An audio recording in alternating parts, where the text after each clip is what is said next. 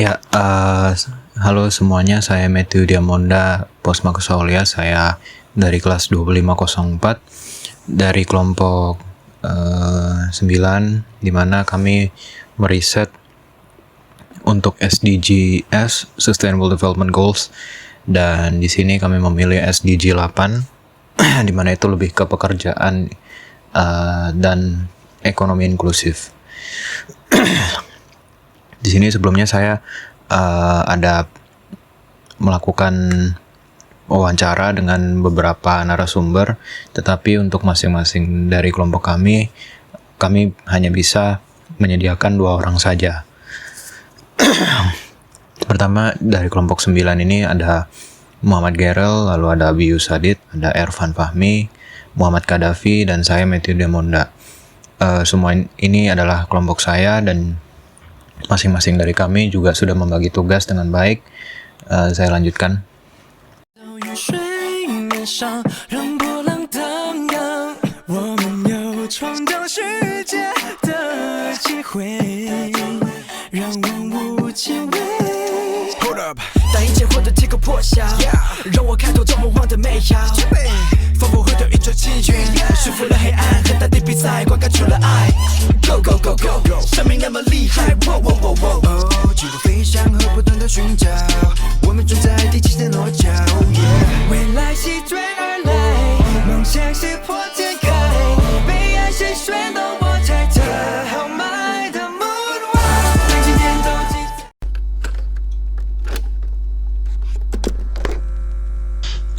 Selanjutnya, di sini ada user personal yang pertama, yaitu M. Lutfi Syarul A.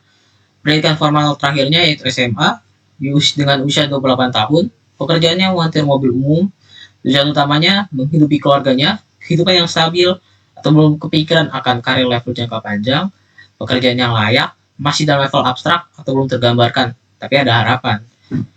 Konteks hidupnya pendiam, tapi saat ditanya akan menjawab banyak, rasa penasaran yang tinggi, tidak terlalu peduli sekitar atau apa yang terjadi sekarang. Dalam konteks jenjang karir, frustasi utamanya kurang paham kalau masalah mobil listrik, karena sudah sejak dulu hadapannya ya mobil sedatangnya.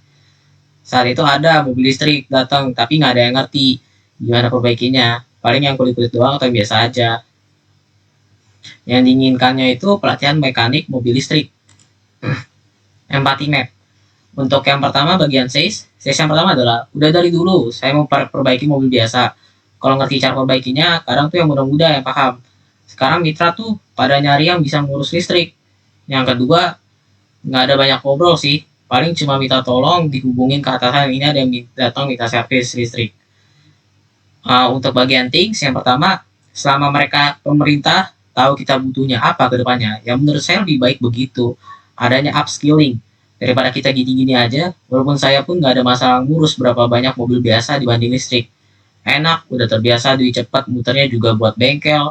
Kalau listrik kan ada banyak pertimbangannya juga. Dari kapasitas yang ditawarkan. Yang kedua, saya sendiri sering kok nonton orang review mobil baru. Tapi ya gitu, yang penting ada duitnya aja. Belajar, ya ngalir aja. Untuk dosnya, saya sih ngerjain apa aja asal halal dan nggak ngerugiin saya. Untuk bagian C-nya, melihat maraknya konten video di YouTube atau TikTok yang membahas review mendalam tentang teknologi dan komponen mobil listrik. P-nya, tidak ada akses upskilling yang jelas dan mudah dijangkau. Untuk bagian G-nya, tetap relevan dan bisa kerja meski tren bergeser. Selanjutnya akan dijelaskan oleh Abiyu.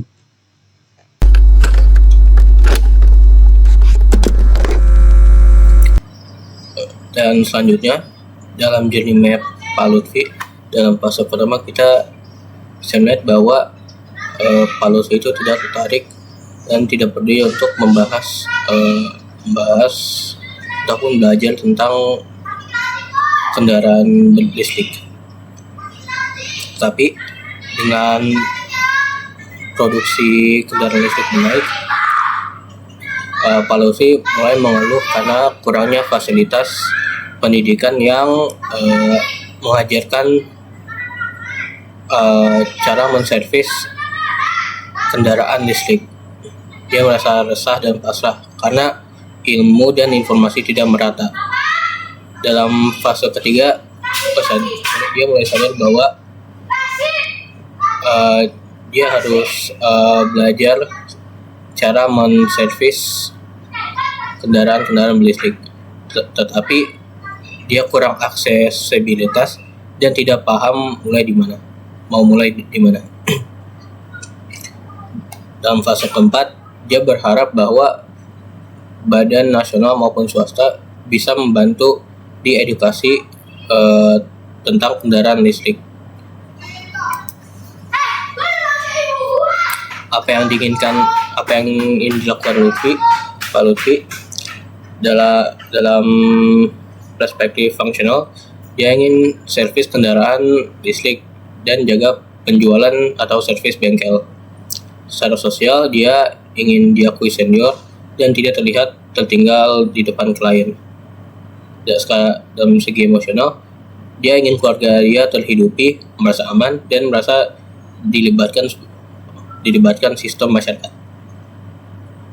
Nah, apa yang menghambat dan membuat frustasi, yaitu bahwa dia tidak bisa mengandalkan unit EV dan harus oper ke atasan, yang itu bisa meresikokan kehilangan pekerjaannya dia. Dia tidak memiliki akses upskilling yang jelas dan mudah dijangkau, dan EV terasa berisiko penjualan lebih lambat dan membutuhkan investasi baru.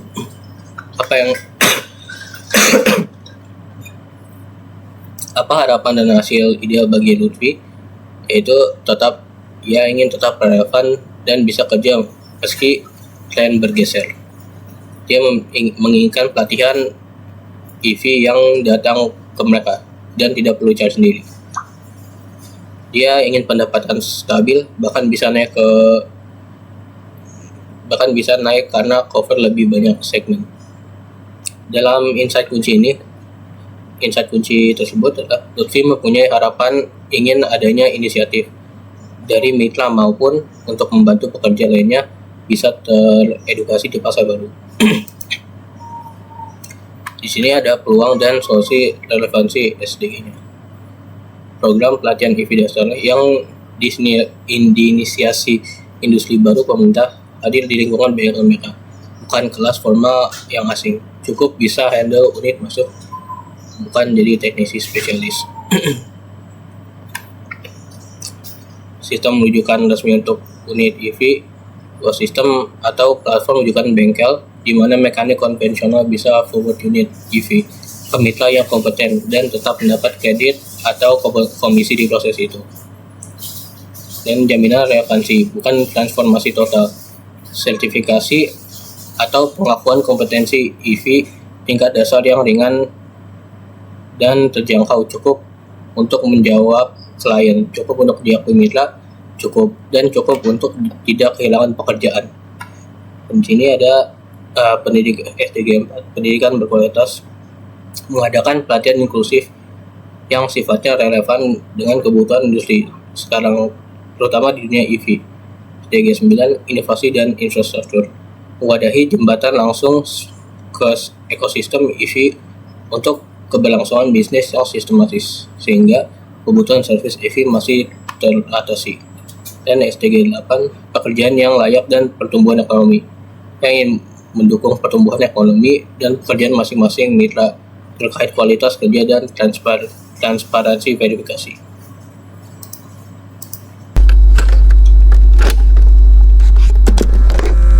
Oke, lanjut menjelaskan. Jadi ini adalah user persona yang kedua, yaitu Raditya Dika, seorang pelajar SMK berusia 17 tahun. Tujuan utamanya itu lulus SMK langsung kerja di bengkel besar atau pabrik otomotif dengan gaji stabil. Konteks hidup, pendiam tapi saat ditanya akan menjawab banyak. Rasa penasaran yang tinggi, tidak terlalu peduli sekitar atau apa yang terjadi sekarang. Terus frustasi utamanya yaitu adalah takut ilmu yang nggak terpakai, jadi pengangguran di era motor listrik. Kurikulum di sekolahnya yang tertinggal dan fasilitas bengkel sekolah tertinggal. Ingin kursus EV di luar tapi biayanya sangat mahal. Yang diinginkannya adalah ada alat praktik dan kurikulum khusus kendaraan listrik EV di sekolah. Punya skill dasar kelistrikan buat modal magang, lulus SMK langsung kerja di pabrik atau bengkel besar dengan gaji stabil. Oke, lanjut ke empathy map. Jadi sayanya itu pusing nih tempat PKL, bengkel motor listrik mau menerima anak magang SMK enggak ya. Terus praktik di sekolah masih disuruh bongkar karbu Supra atau mesin diesel tua. Padahal di jalanan udah ramai motor listrik. Thingsnya gimana caranya gue bisa dapat skill kelistrikan padahal jurusan gue fokusnya di mekanikal atau mesin bakar. Terus apakah skill bongkar mesin yang gue pelajari 3 tahun ini bakal benar-benar nggak terpakai 5 tahun lagi? Terus dusnya sering scroll TikTok atau nonton YouTube buat nyari tahu cara kerja dinamo penggerak listrik dan baterai EV, diskusi sama teman tongkrongan anak mesin tentang prospek kerja setelah lulus nanti. Isinya lowongan kerja EV mulai banyak di media sosial, jalanan yang sudah mulai ramai dengan penuhi kendaraan motor listrik. Oke, lanjut ke journey map-nya. Jadi di sini ada 4 fase. Yang pertama adalah fase kesadaran. Dia menonton video TikTok atau motif EV, emosinya masih satu tertarik, tapi minimnya materi EV dari sekolah. Fase kedua itu belajar, praktik di bengkel sekolah. Emosi ketiga frustasi karena kurikulumnya tidak belajar tentang EV. Terus fase ketiga itu mencari lowongan megang EV. Emosinya satu, cemas dan ragu, kurang koneksi ke industri EV. Fase 4, pelamar kerja. Ditolak kerja atau diminta belajar lagi. Emosinya full, kecewa biaya kursus tambahan di luar sekolah. Titik kritis fase ada di fase 4, yaitu Radit ditolak kerja karena skill konvensionalnya tidak relevan dengan EV. Namun ia terhambat biaya untuk kursus tambahan di luar. Oke, makasih.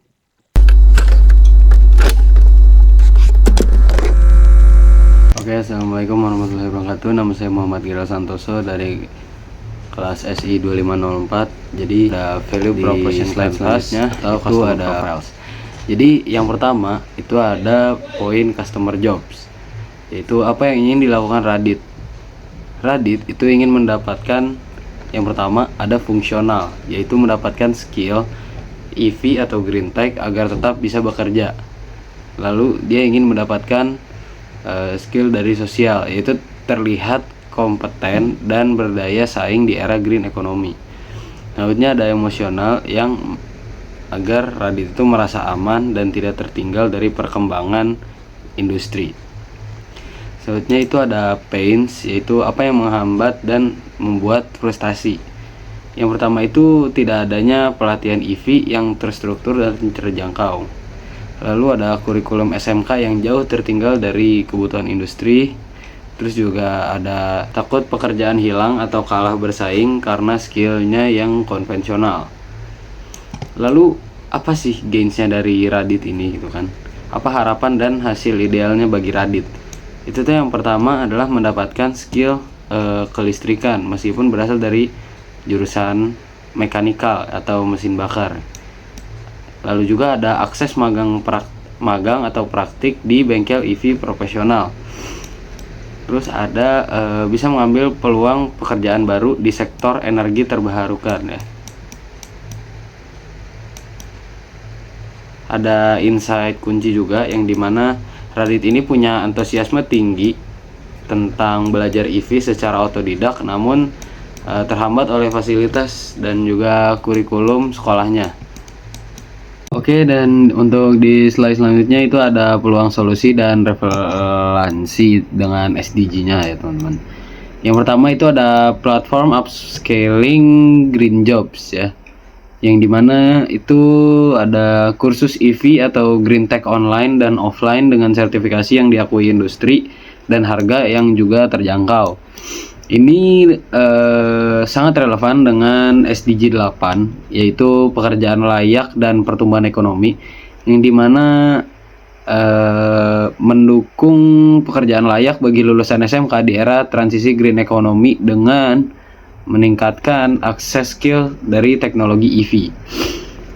Selanjutnya itu ada platform koneksi magang atau Green Hub, yaitu sebuah wadah atau platform yang menjembatani dan menghubungkan siswa SMK dan bengkel EV atau mitra industri yang ramah lingkungan untuk keperluan PKL dan juga program sertifikasi. Ini sangat relevan dengan SDG 4, yaitu pendidikan berkualitas, yang dimana ini adalah mewujudkan pendidikan inklusif dan merata dengan kurikulum EV dan fasilitas praktik modern di sekolah kejuruan.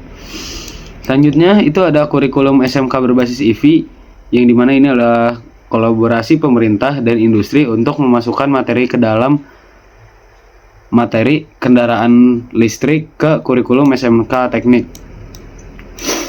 Ini relevan dengan SDG 13, yaitu penanganan perubahan iklim, yang dimana mendukung transisi ke energi bersih dan kampanye hijau dengan memastikan ketersediaan sumber daya manusia SDM dengan teknisi lokal yang ahli dalam merawat ekosistem dari kendaraan listrik itu. Oke, mungkin segini aja kami dari kelompok 9. Terima kasih. Wassalamualaikum warahmatullahi wabarakatuh.